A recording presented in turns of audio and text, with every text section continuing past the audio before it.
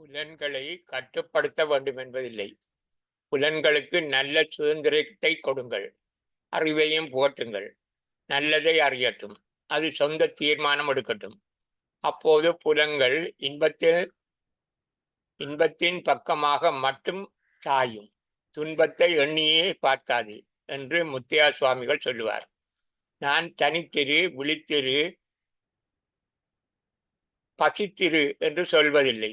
ஆனால் அவற்றில் உண்மை இல்லாமல் இல்லை. பசித்திருந்து பார்த்தால் மட்டும் தான் தெரியும் பசியின் கொடுமை.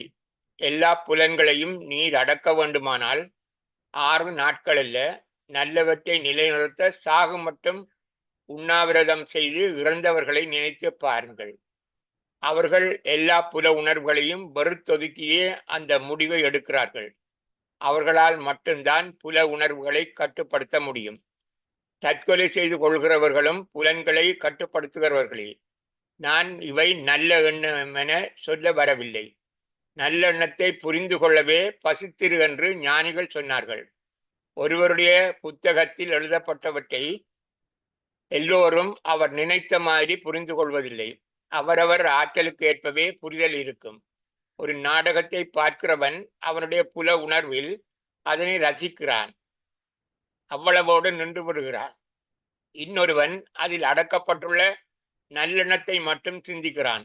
அவன் சிந்தனை சில வேளைகளில் கண்ணீரை வரவழைக்கின்றது. நல்ல எண்ணமற்ற செயலால் துன்பம் நிகழும் போது கண்ணீர் விடுகிறான். இன்னொரு நிகழ்வின் போது நல்லெண்ண முயற்சியால் இன்பம் நிகழும் போதும் ஆனந்த கண்ணீர் விடுகிறான். அவனிடமே காருண்யம், அன்பு உள்ளது. மனிதனிடம் ஆண்டவன் எதிர்பார்ப்பது அதுவே. ஆனால் பெரும்பாலானவர்கள் நாடக தயாரிப்பாளரின் ஆக்கச் சாதனைக்கு சரியான பங்களிப்பை கொடுக்கிறவர்களாக இருந்து ரசிப்பதுடன் மட்டும் நின்று விடுகிறார்கள். அவர்கள் நல்லது எது, கெட்டது எது என சரியாக புரிந்து கொள்ள முயற்சிப்பதில்லை. அவர்கள் திருந்துவதில்லை. வில்லனை ரசிப்பவர்களும் இருப்பார்கள், வில்லனை வெறுப்பவர்களும் இருப்பார்கள். ஆனால் உலகில் எந்த ஆக்கமும் எந்த கற்றல் உபகரணமும் நல்லெண்ணத்தை போதிப்பதையே நோக்கமாக கொண்டிருக்க வேண்டும். முல்லைக்கு தேரிந்தான் என்பதை ரசிப்பவர்களும் இருக்கிறார்கள், முட்டாள் என்று நினைப்பவர்களும் இருக்கிறார்கள். யார் நல்லவர்கள்?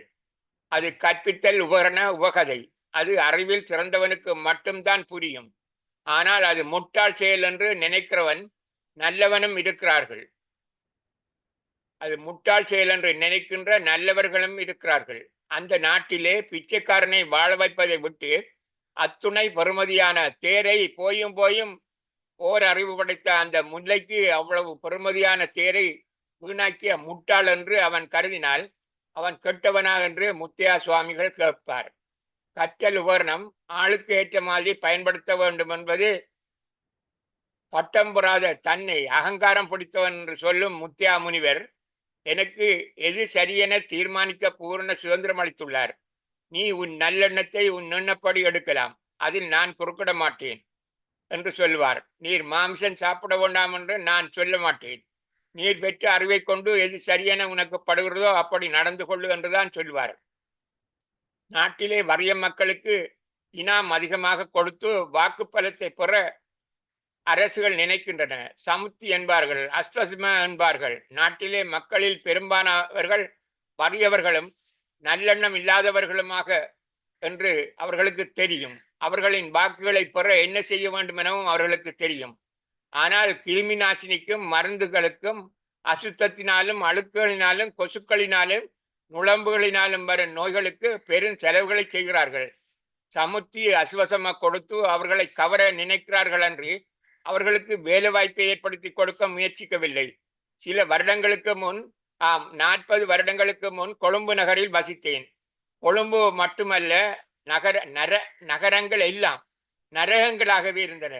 எங்கும் எப்போதும் கொழும்பில் எல்லா இடங்களிலும் அசுத்த குவியல்களும் அழுக்குகளும் துர்நாற்றமும் கண்களுக்கு மூக்களுக்கும் சகிக்க முடியாத தன்மையை நான் உணர்ந்தேன். யார் எந்த ஆட்சியாளர் தீர்மானமோ தெரியாது. நகரம் மட்டுமல்ல, கிராமங்களிலும் பலர் வேலைவாய்ப்பை பெற்றார்கள்.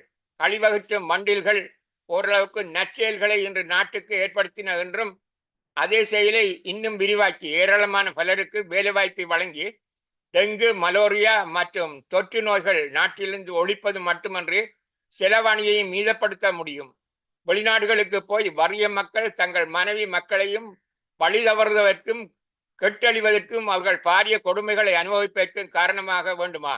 அவர்களும் அங்கு போய் எல்லோரும் கௌரவமான வேலைதான் செய்கிறார்களா? அவர்களுக்கு பெரும் பயிற்சியோ செலவுகளோ ஏற்படுத்தாது நாட்டை தூய்மைப்படுத்துவதில் ஏராளமான வேலை வாய்ப்பை அவர்களுக்கு ஏற்படுத்த முடியாதா என்பதும் முத்தியா முனிவரின் கேள்வியாக இருக்கும்.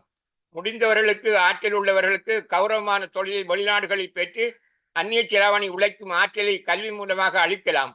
இந்த அழுக்கு காரணமாக இழக்கும் அந்நிய செலாவணியும் சமுத்தி அஸ்வசமாக கொடுப்பனவர்களுக்கு செலவாகும் பணமும் டெங்கு ஒழிப்பு, மலேரியா ஒழிப்பு ஏற்பட்ட பின் செயல் திட்டங்களுக்கான செலவு, அத்துறையில் சேவை செய்கிறவர்களுக்கும் ஏற்படுகின்ற செலவு எல்லாவற்றையும் கூட்டி கழித்து பார்த்து எது நாட்டையும் மக்களையும் பொறுத்து நல்லெண்ணமாகும் என சிந்திக்க வேண்டாமா? இரக்கம், காரணியம், நல்லெண்ணம் என எல்லோருக்கும் போதிக்கின்றார்கள். ஏராளமான நுழம்புகளையும் கொசுக்களையும் எலிகளையும் கொல்வது காரணியமா? கோடிக்கணக்கான கோழிகளை வளர்த்து கொள்ளுகிறார்கள், அது பாவம் இல்லையா? அதிகமாக பிள்ளைகளை பெற்று இந்த பூமாதேவியும் அரசாங்கங்களும் சுமக்க முடியாத பாரத்தை சுமக்க வைப்பது நல்லெண்ணமாகுமா? நான் எது நல்லெண்ணம் என்று சொல்ல மாட்டேன், அதனை நீங்களே தீர்மானிக்க வேண்டும். உங்கள் செய்வினைக்கு கடவுள்தான் பலன் கொடுப்பார். நான் சொல்லாமலே என்னுடன் சேர்ந்த பலர் மாமிசம் உண்பதை தவிர்த்திருக்கிறார்கள். அவர்கள் வீட்டில் தொல்லை கொடுக்கும் எலியை கொல்வது அல்லது எலி தங்கள் வீட்டில் பெருகாத நிலைமையை ஏற்படுத்துவது அது அவர்களுடைய தீர்மானம். அதுபோல மிகை நுகர்வை எதிலும் குறைக்க வேண்டும் என சொல்வது என் வேலை. அதிகமாக உண்பதும் அதிகமாக சிற்றின்ப நிகழ்வில் ஈடுபடுவதும் அதிகமாக பிள்ளைகளை பெறுவதும் உடலையும் மனதையும் கெடுத்துக் கொள்வதும் அவர்களை பொறுத்து அவர்களுக்கு அதற்கு சுதந்திரம் உண்டு. ஆனால் கடவுள் உங்கள் செயல்களுக்கு சரியான, நியாயமான, நீதியான பலனை அளிப்பார். அதில் யாரும் பிழை சொல்ல முடியாது. அவர்களுடைய நல்ல தீர்மானத்துக்கு கடவுள் சரியான கூலியை வழங்குவார். அந்த நீதியில் யாரும் பிழை சொல்ல முடியாது. குழம்பை கொல்வதா, கொசுவை கொல்வதா, பூச்சியை கொல்வதா, அவற்றை பெருக விடாது தடுப்பதா என தீர்மானிப்பது அரசினதும் அது அவை தொடர்பான சம்பந்தப்படுகிறவர்களின் வேலை. நல்லெண்ணம் மனதை பற்றி கொள்ளுமானால் நல்ல விளைச்சலை பெறலாம் என்று முத்தியா சுவாமிகள் சொல்லுவார். கரோலி சப்பு, மெண்டி சப்பு.